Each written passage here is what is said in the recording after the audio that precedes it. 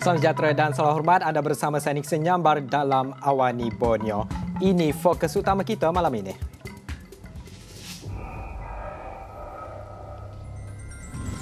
Pengumuman sayap belia PBB pada Jun depan. Warisan sedia bekerjasama dengan parti lain.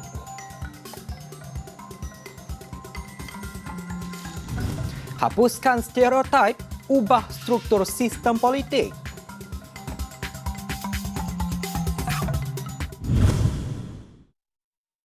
Pengumuman rasmi penubuhan sayap belia Parti Pesaka Bumi Putera Bersatu PBB akan diumum Presidennya Tan Sri Abang Johari Tun Openg pada Persidangan Agong 3 Tri Tahunan TGM PBB Jun ini. Itu dedah Naib Presiden PBB Dato' Abdul Rahman Junaidi. Beliau yang juga adun Pantai Damai berkata penubuhan sayap baharu itu nanti akan mengukuhkan lagi kedudukan parti bersama rakyat, terutamanya sebagai persediaan menjelang pilihan raya umum nanti. Jadi untuk kawasan kita di Pantai Damai, kita telah menubuhkan jawatankuasa task force penggerak kita daripada wakil wanita dan pemuda untuk mendaftarkan belia-belia dan belia-belia wanis, lelaki dan perempuan yang berusia 18 tahun ke atas hingga 28 tahun. Jadi setakat ini masih dalam pendaftaran, jumlahnya mungkin dalam bilang angka 200 orang. Jadi kita nak galakkan belia-belia wanis di kawasan kita untuk menjadi ahli PBB dan kita akan menyegerakan pendaftaran ini dalam masa tempoh 3 bulan yang akan datang. Beliau berkata demikian ketika ditemui pada Majlis Perasmian Mesyuarat Agung Perwakilan PBB Pantai Damai sesi 2022-2025 di UCSI Hotel Kuching pada Ahad. Bagi golongan belia, penglibatan dalam bidang politik merupakan peluang bagi mereka menyuarakan pandangan selain memastikan kebajikan mereka terus terbela. Orang muda dengan orang tua tu ada lain sikit. Macam kami orang muda, kami orang mungkin lebih terdedah kepada dari segi contoh macam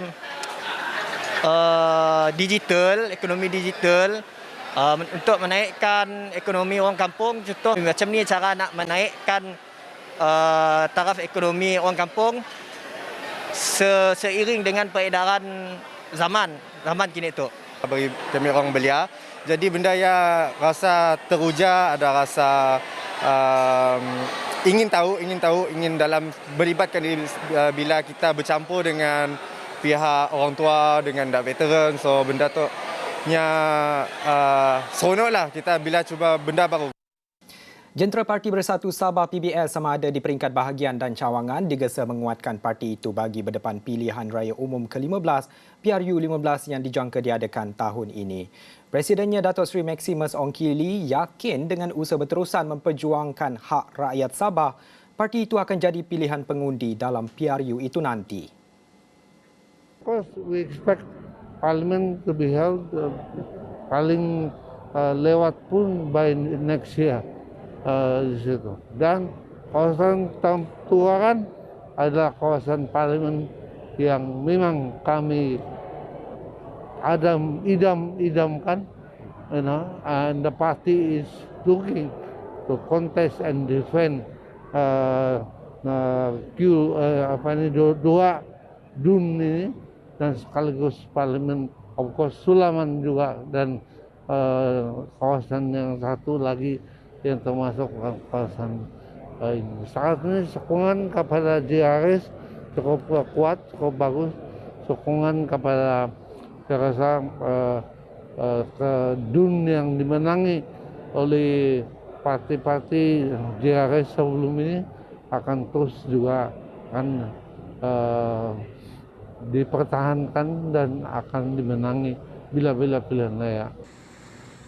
Beliau berkata demikian selepas merasmikan mesyuarat agung tahunan kali ke-36 dan 37 PBS bahagian Tamparuli pada Ahad. Ujarnya sebagai anggota Gabungan Rakyat Sabah JRS pimpinan Ketua Menteri Datuk Seri Haji Ji Nur, PBS akan terus komited membangunkan Sabah dan memperjuangkan hak negeri itu seperti yang termaktub dalam Perjanjian Malaysia 1963 MA 63. Parti Warisan sedia bekerjasama dengan mana-mana parti yang mempunyai pemimpin berintegriti dan benar-benar ingin membantu rakyat.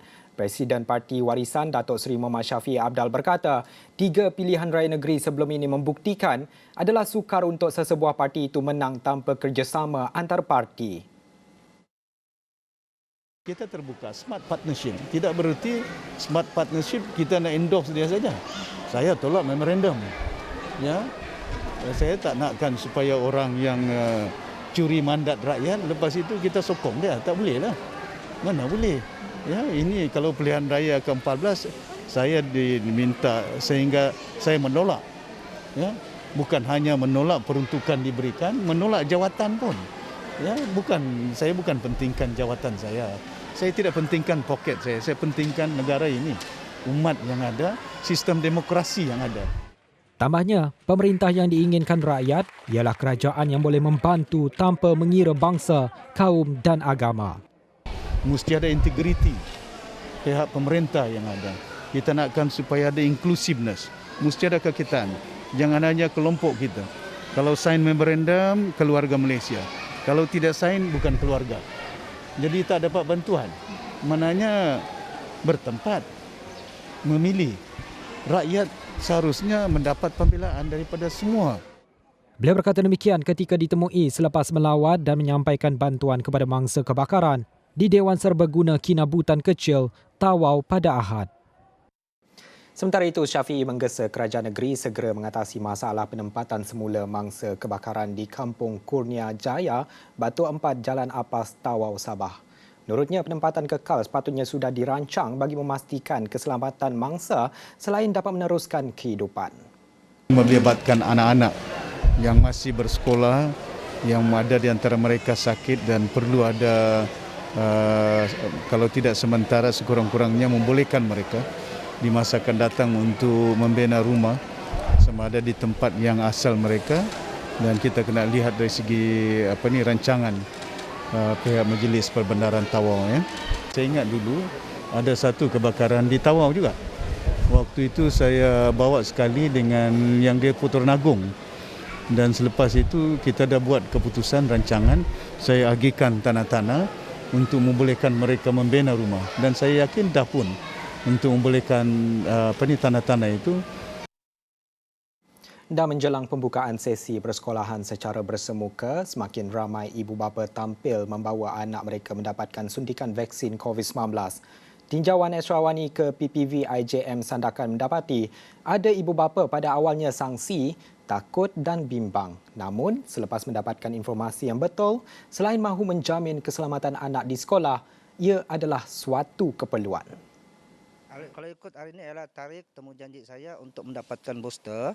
Jadi hari ini saya buat keputusan bersama isteri saya untuk membawa anak-anak sekali lah kan untuk mendapatkan suntikan vaksin.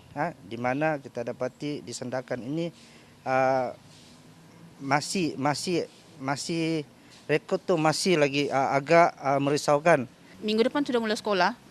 Anak-anak ni kita tidak tahu macam mana pergaulan dorang di sekolah. Jadi salah satunya perlu juga ambil vaksin untuk dorang punya antibody, ketahanan diri dorang sebab dorang sentiasa bergaul di sekolah. Maklumlah kita sudah ingatkan di rumah tidak perlu berdekat, mesti jarak dengan kawan, tapi kita tidak tahu di sekolah dorang macam mana pergaulan dorang. Jadi itu salah satu bilang orang dia punya untuk pertahanan diri dia vaksin antibody dia lah. Bagi Freddy Leo pula, dia menyifatkan vaksin ketika ini seperti satu keperluan dalam mengurangkan kesan sampingan akibat jangkitan COVID-19. Apatah lagi untuk kanak-kanak yang bakal ke sekolah secara bersemuka.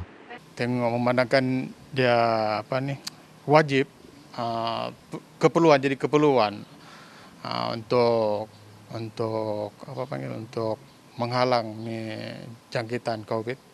Kita kena akur juga bawa untuk ambil vaksin inilah sebagai untuk perlindungan diri. Bagi saya untuk sekolah rendah tu bolehlah, perlu untuk sekolah rendah memandangkan semua di ke sekolah bersemuka semua kan. Dia perlu. Dia sudah kena panggil untuk kedua kali. Jadi saya macam saya abaikan, tapi hari ini macam tiba-tiba terbuka hati. Yang pertama sudah ambil, tiada apa-apa. Yang kedua sudah ambil, tiada apa-apa. Jadi buat apa mau takut lagi kalau ambil yang ketiga kan, tiada juga apa-apa. Jadi itulah kami rencana bilang ambil sajalah, tiada juga apa-apa. Ya tengok Yakin macam, dalam diri lah, ada. tengok orang semua pun boleh kan, jadi kami yakin kami pun boleh lah. Macam tidak risau lah. Oke, nasihat saya, bawalah anak kamu untuk ambil dos, sebab bagi saya dos ni adalah penting lah untuk kita semua lah. Penglibatan wanita sebagai pembuat keputusan di antara barisan tertinggi korporat dan politik di Sarawak masih di bawah 30% berbanding di Semenanjung Malaysia. Tegas Menteri Pembangunan Wanita, Kanak-kanak dan Kesejahteraan Komuniti KPWK Sarawak, Datuk Seri Fatimah Abdullah, lanskap sebegini perlu diseimbangkan agar tidak timbul isu penindasan kepada hak wanita. Jelas Fatimah, komuniti wanita di Sarawak masih perlu dibimbing dan diberi pendedahan yang konsisten agar lebih yakin dan mampu berdaya saing dalam pelbagai bidang atau industri. The sooner we understand that the lack of women in leadership roles holds back not only women but all people, the sooner we will be able to progress.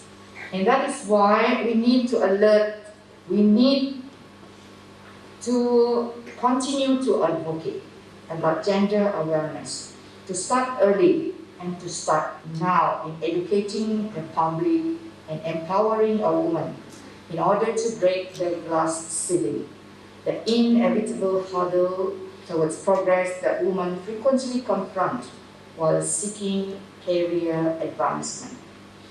Beliau berkata demikian selepas merasmikan Sarawak Women of Tomorrow 2022 Bootcamp di Hotel Pullman, Kuching pada Sabtu. Setakat Januari 2022, penglibatan dan penyertaan wanita Sarawak sebagai ketua masyarakat, ketua kaum dan pengurusan tertinggi dicatatkan pada angka 3 hingga 15% sahaja. Bagi Fellow Akademi Sains Malaysia, Dato' Dr. Madeline Burma, penetapan 30% penyertaan wanita dalam setiap syarikat berkaitan kerajaan GLC adalah mekanisme terbaik menambah sumbangan wanita dalam pentadbiran.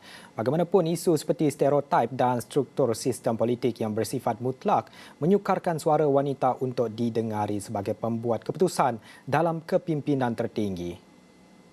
Khususnya di Sarawak sebab kebanyakan tempat-tempat yang perlu di mana wanita itu perlu pergi, dia kata ini adalah kawasan-kawasan yang macam pedalaman dan sebagainya. Ini memang sesuai untuk kaum lelaki. Alasan dia diberikan ya.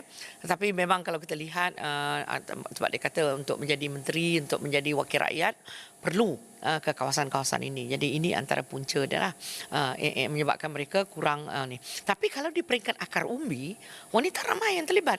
Ini yang menariknya. Di peringkat akar umbi memang tinggi, tetapi peringkat membuat keputusan jadi timbalan menteri dan jadi menteri memang masih lagi rengat.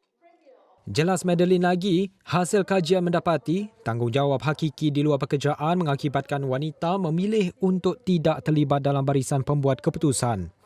Mereka lebih rela berada di bawah sebagai pemerhati atau pelaksana kepada setiap dasar yang akan dilaksanakan. Wanita ini ada 3 peranan dia. Satu ialah sebagai suri rumah, ibu, kakak lah, mak lah, makcik lah dan sebagainya. Okay? Itu dipanggil reproductive role, peranan reproduksi dia. Peranan dia di rumah, jaga keluarga dia. Dan yang kedua ialah peranan dia dari segi pengeluaran. Dia sebagai majikan, pekerja, jadi usahawan, jadi askar, jadi apa-apalah, polis dan sebagainya. Jadi itu peranan dia. Ini yang ketiga, kalau kita lihat sejak kebelakangan ini, PIBG semua tu, mereka juga yang terlibat dalam sebagai aktiviti masyarakat. So jadi ada 3 peranan yang perlu diimbanginya. Jadi itu menyebabkan kadang-kadang mereka merasa amat sukar sekali. Jadi ini menyebabkan mereka berfikir 2-3 kali untuk memegang tampuk yang paling tinggi lah. Baik, dengan itu sekian laporan Awani Borneo malam ini. Saya Nixon Nyambar, selamat hormat dan salam sejahtera.